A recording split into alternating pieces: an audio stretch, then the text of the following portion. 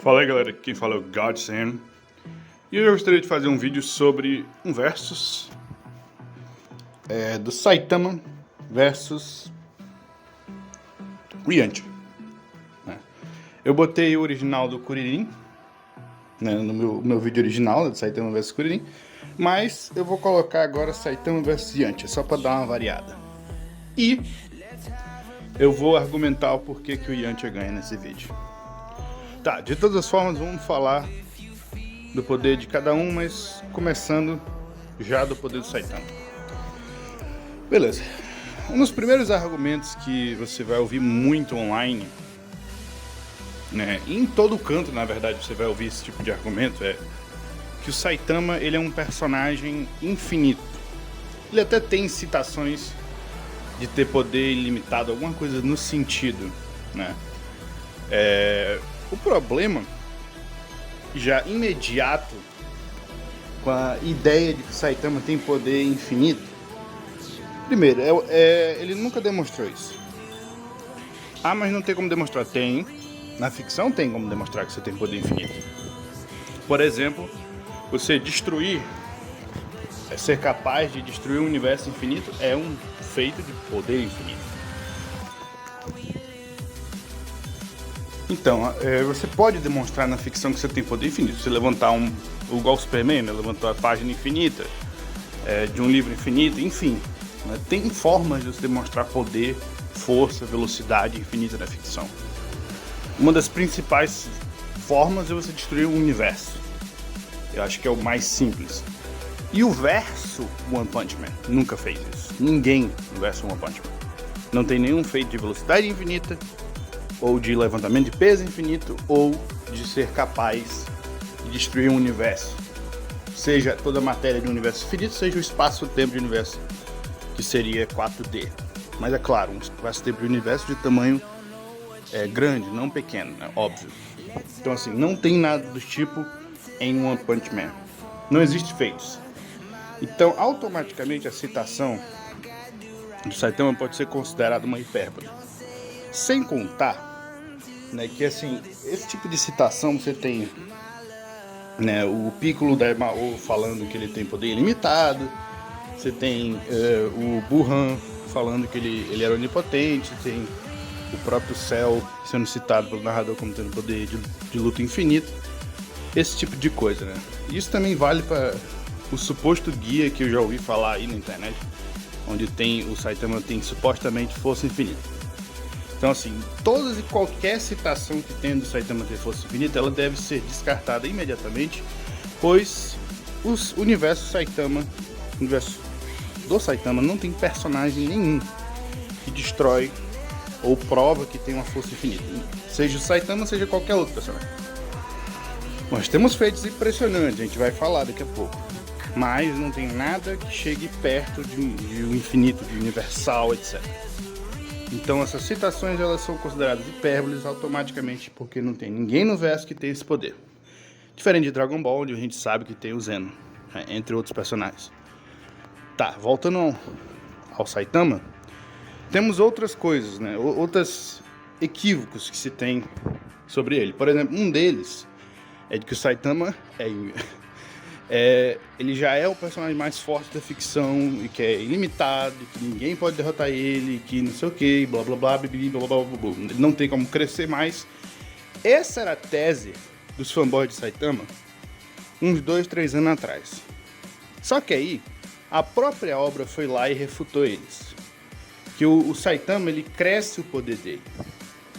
Ah, mas tem como crescer infinito. Sim, tem como crescer infinito, mas não tem como você ser o personagem mais forte da ficção e crescer de poder. Não faz sentido essa ideia. E sem contar que ele foi igualado momentaneamente, mas foi igualado pelo Garou. Então, de novo, ele não tem como ser o personagem mais forte se tem outro personagem igual a ele. Então já, mesmo que momentaneamente, mesmo que ele superou o poder, foda-se. A questão é, não existe personagem mais forte da ficção que vai ficando mais forte, mais forte, mais forte, e que tem alguém que consegue igualar ele, mesmo que seja momentaneamente. O que o Saitama tem é um potencial ilimitado. Só que isso não importa de nada, Porque os Saiyajins também têm potencial ilimitado, por exemplo. É citado várias vezes. Os Saiyajins têm potencial ilimitado. Não vamos esquecer do Super-Homem. O Superman tem potencial ilimitado. Enfim, muitos personagens da ficção têm potencial ilimitado. Isso não quer dizer nada. Vamos lembrar que uma sequência que é formada por adições sucessivas de números finitos não é um infinito real. E sem contar que, novamente, mesmo que ele tivesse potencial infinito, ele teria que demonstrar que ele chegou ao poder infinito, antes da gente considerar. Tá, uma outra citação que dizem muito é que o Saitama é um personagem que tem acesso a Toon Force. Que ele é um personagem piada, paródia, etc. Já vi. Em inglês seria gag character.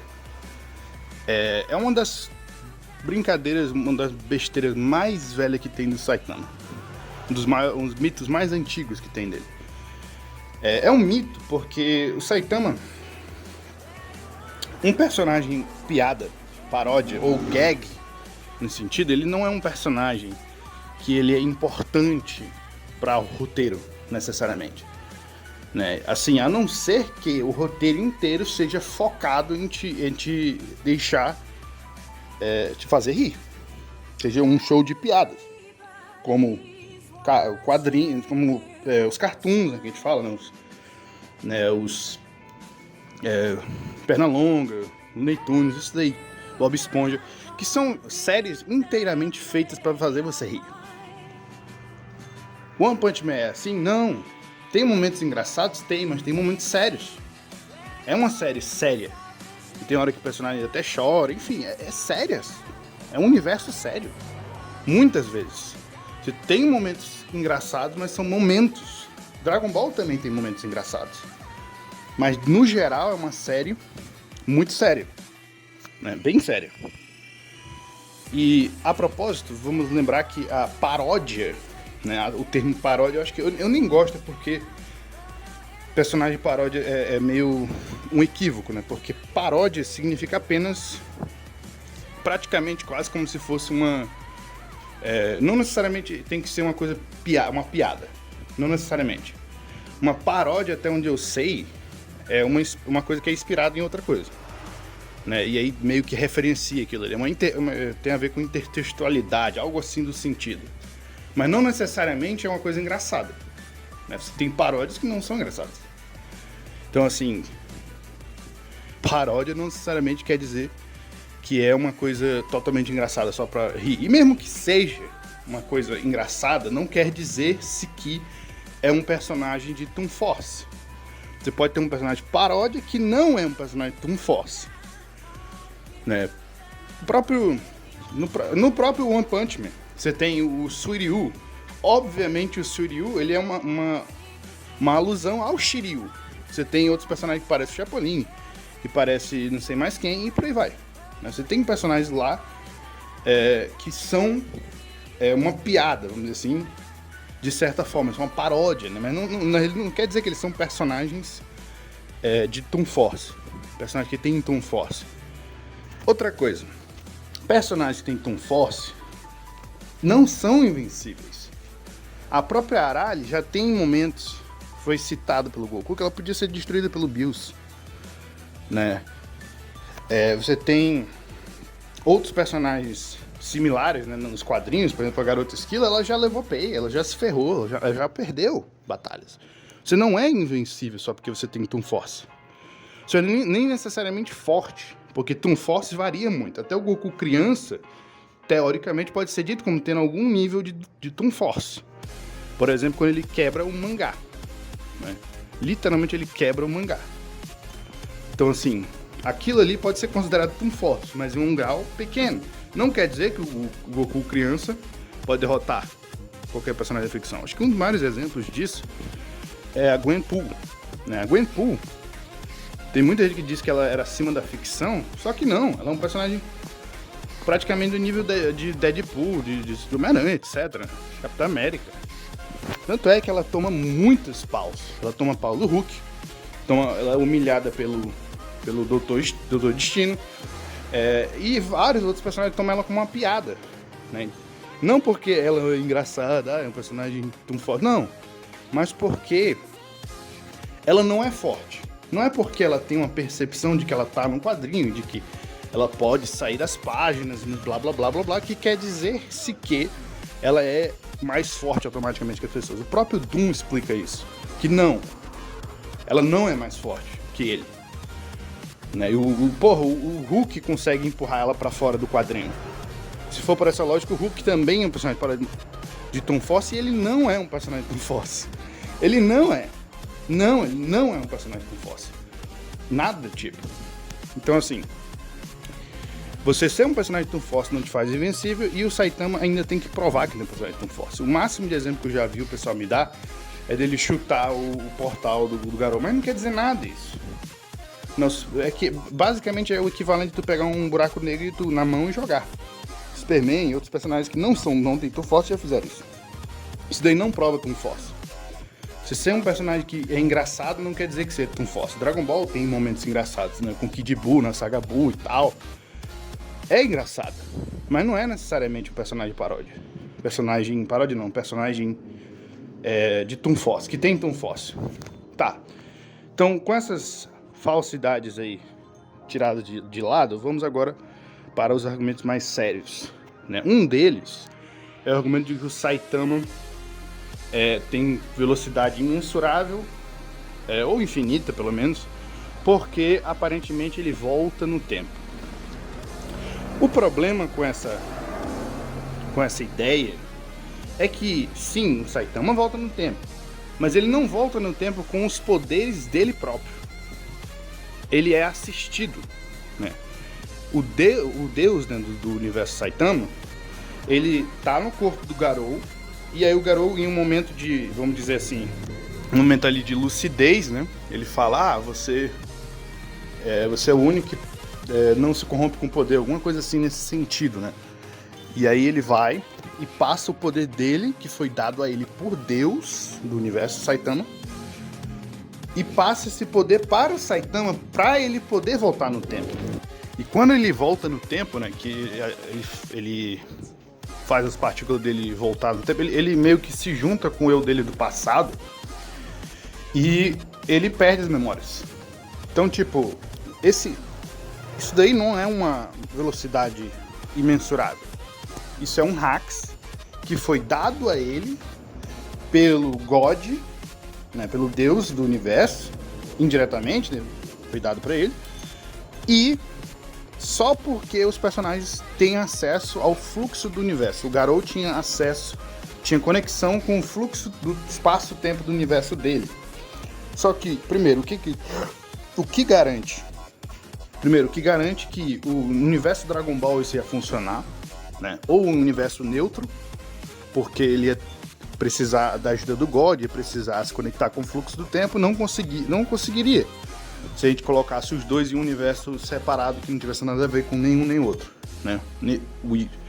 Seja o Goku, seja o Yantia e o Saitama em um universo próprio deles, próprio, separado, ou no universo Dragon Ball, né? Porque no universo Dragon Ball, cada viagem no tempo, você, como a gente lembra, as linhas do tempo se dividem. Então, não dá pro Saitama voltar no tempo para matar alguém quando ele era mais novo, porque não é assim que funciona no Dragon Ball. E por trás do universo não tem um deus assim específico e tal. Você vê só uma zona neutra, um void, né? Uma zona ali que não tem nada ali, né? Só aquilo que tem atrás do universo.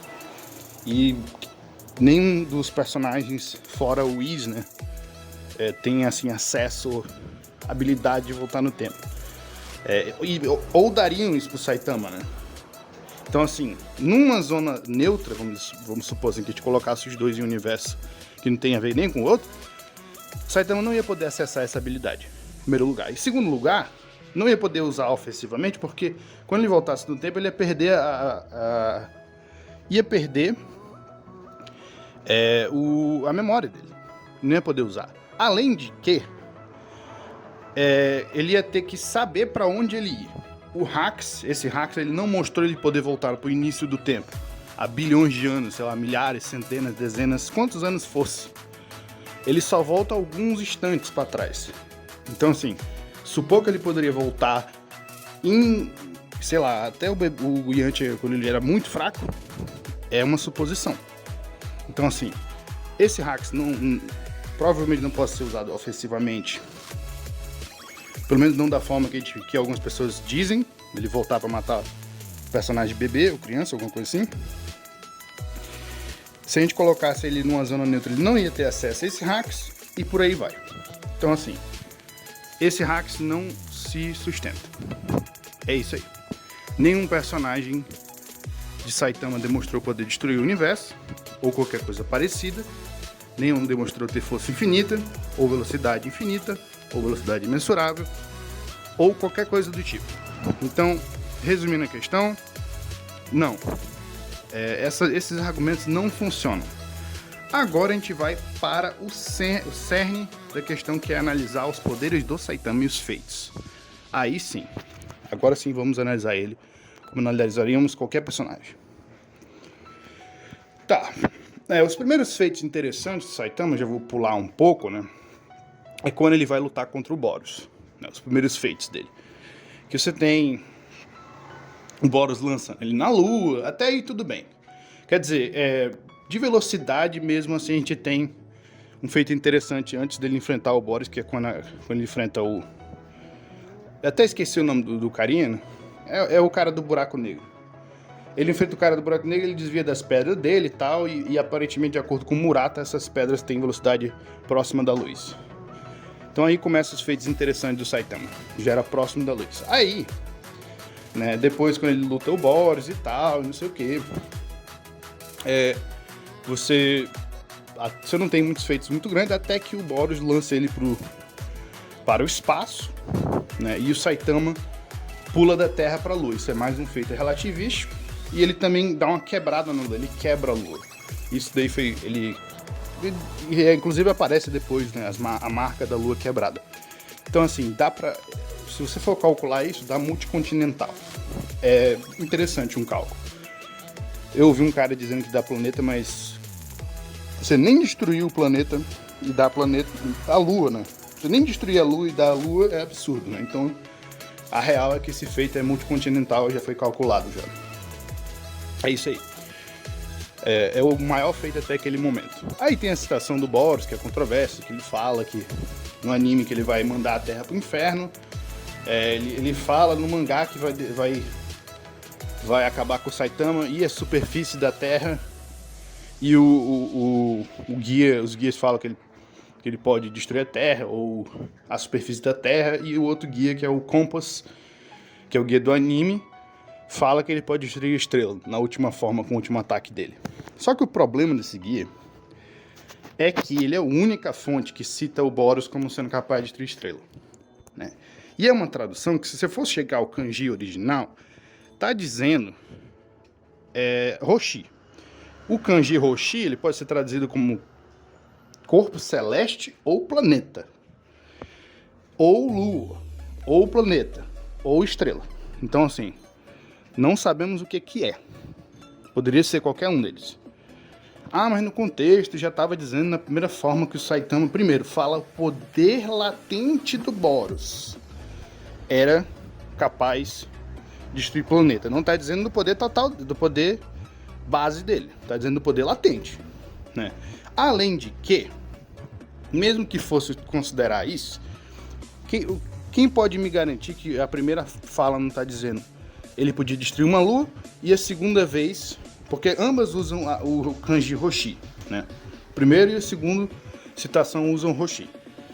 Então, como é que o primeiro não pode estar se referindo à lua e o outro planeta, por exemplo, né?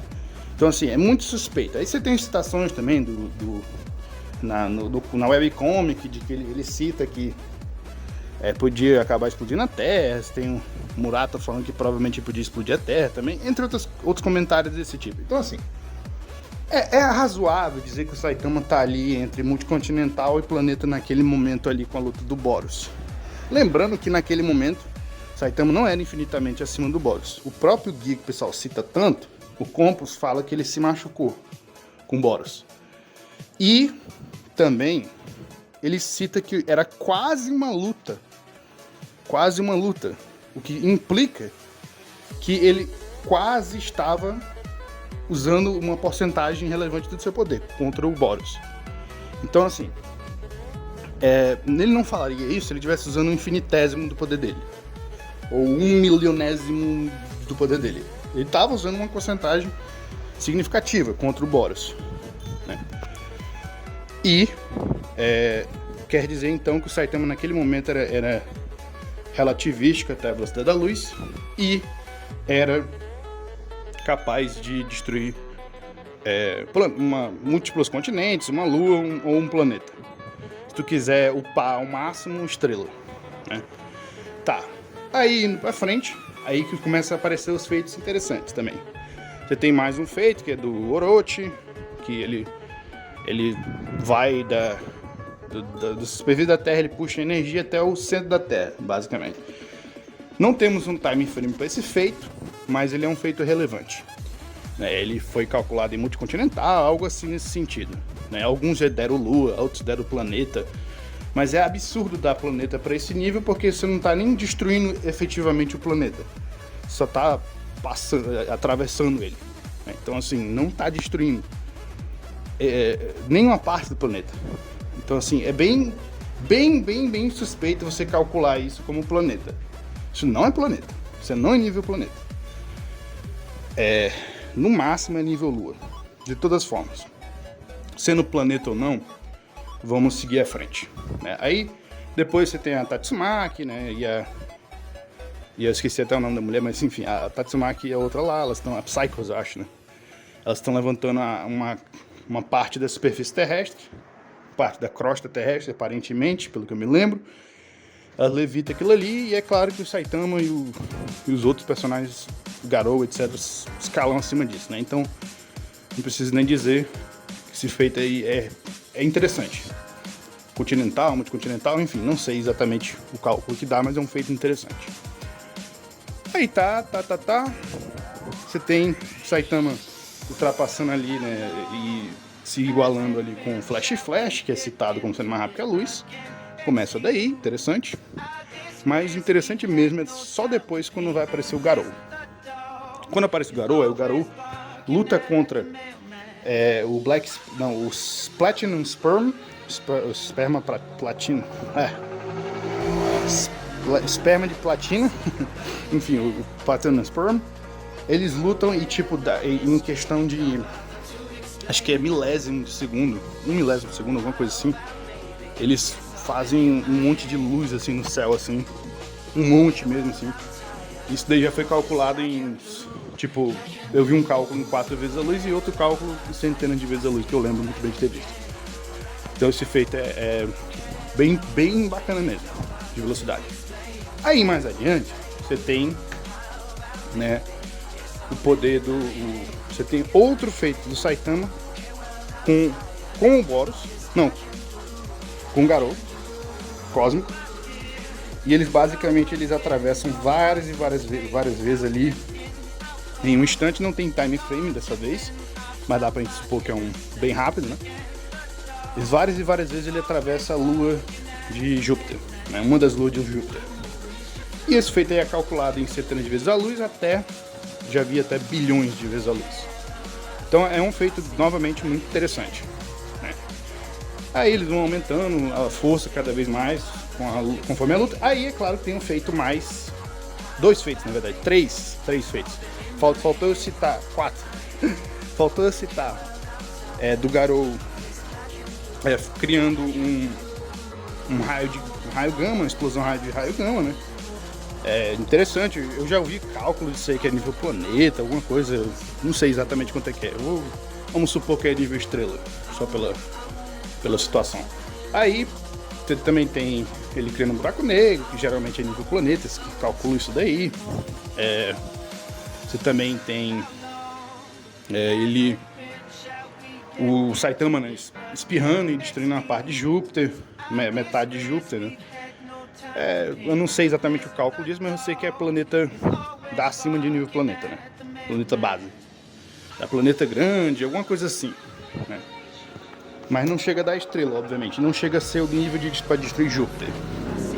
Tá, aí você tem um mais, vamos dizer assim, discutível e impressionante ao mesmo tempo, que é o feito de, aparentemente, Saitama e Garou destruírem ali várias estrelas ou até possivelmente várias galáxias, né? Em um soco deles, né? Que acontece isso. Bom, a questão desse feito é que ele é meio controverso. Eu já ouvi pessoas argumentarem que isso daí é o lado oculto da Lua. Eu já ouvi um cara falando isso. Aí eu já ouvi o cara falando que isso daí era um buraco na camada de um planeta e tal, e que na verdade era só uma distorção, que ele apagou a luz, mas não as estrelas. Enfim, eu já ouvi dizer que é como se fosse a foto do Hubble, que tem uma região do espaço que parece que não tem nada, é um void ali, meio que assim. E outra explicação é que possivelmente, como eu disse, foi só a luz. E isso é meio que reforçado porque em outras cenas mais adiante as estrelas parecem que ainda estão intactas ali, de fundo. Então assim, independente de qualquer coisa, dando o benefício da dúvida, esse feito é multigaláxia ou multisolar system. Multigalaxy, multisolar system. Multisistema solar, múltiplas galáxias. É o maior feito apresentado até hoje em One Punch Man. E é isso aí. Basicamente esse é o poder do Garou e do Saitama, que é acima do Garou, mas uma quantidade aí que a gente não sabe exatamente. Pois é. Aí, vamos agora falar do Yantia. O Yantia, ele não tem muitos feitos diretos, mas ele tem feitos indiretos, né? Por exemplo, ele já se comparou com o Saibaman, começando de baixo, né? Vamos lembrar que os Saibaman são do mesmo nível do Raditz. O Raditz era bem acima do Piccolo. O Piccolo tem um feito de vaporizar a Lua, mas só que ele também escala muito acima do Kami, do Kami-sama, né?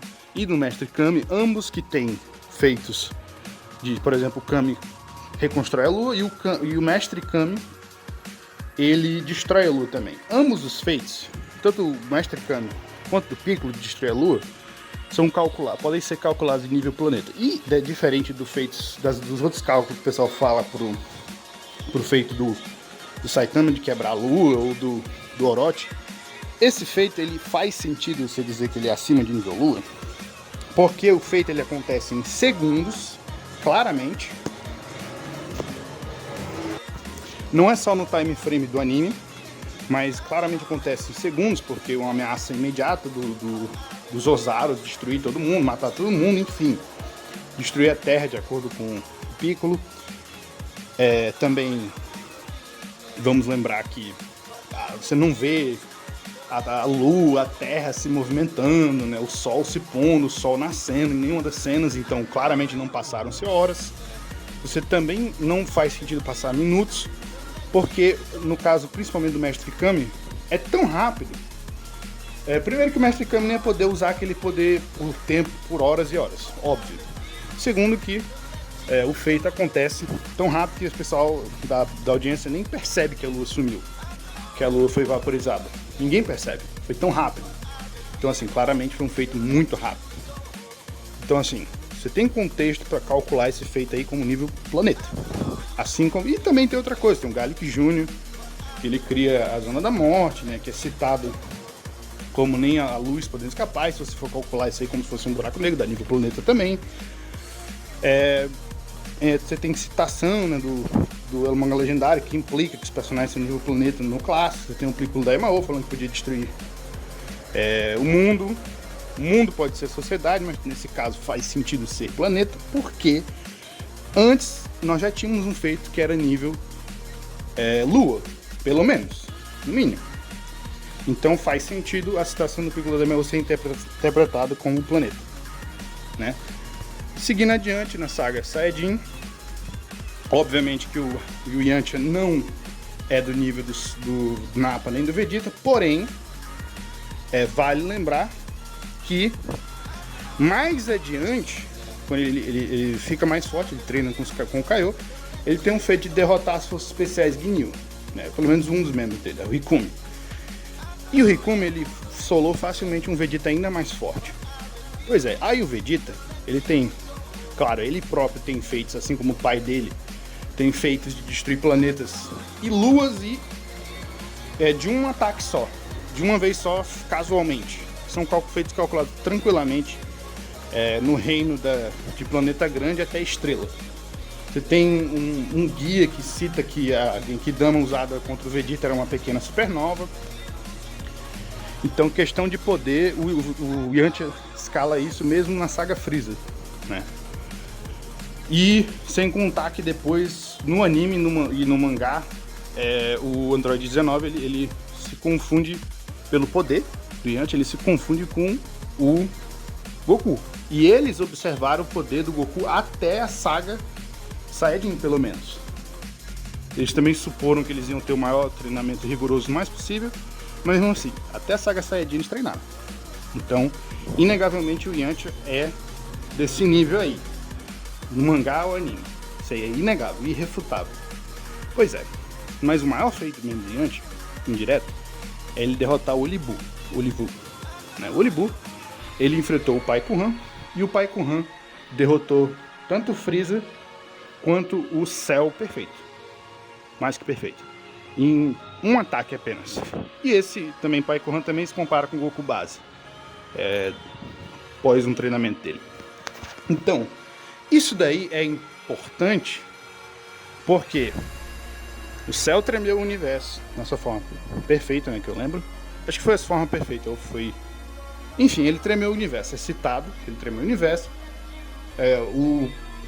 Vamos lembrar que o Broly Super Saiyajin restringido, que era do nível do Goku base, naquela saga, Broly do Dragon Ball Z, que escalaria com Cell, que escalaria no mínimo, até com um Freeza talvez, porque o Goku base e depois o Gohan base estão naquele nível. Então assim, faz bastante sentido você dizer que o Goku, quer dizer, que o Goku e que a galera todinha, incluindo o próprio Yantia nesse caso, porque ele enfrenta o inimigo que enfrenta outro inimigo que enfrenta o Cell e o Freeza, né? Então assim, faz sentido dar o nível do feito do Broly para o Yantia, porque o Broly fez sem usar a forma lendária dele. Ele destruiu um quadrante inteiro do universo. Claro que ele destruiu a Galáxia do Sul, porém a Galáxia do Sul é uma tradução errada. Na verdade são as Galáxias do Sul e é um setor do universo, porque existem 4 setores do universo e na realidade é citado que tem infinitas galáxias no Dragon Ball. Tanto pelo Daishenshi, quanto o Shozenshi, quanto o Koyama, quanto o Dragon Ball GT, todos falam a mesma coisa, que tem infinitas galáxias no Dragon Ball. Sem contar que o Jaco fala que tem incontáveis galáxias. Então assim, nós vimos também várias galáxias, enfim. Tem muitas galáxias no universo Dragon Ball. E são 4 setores. O Broly destruiu um deles, na sua forma de Super Saiyajin.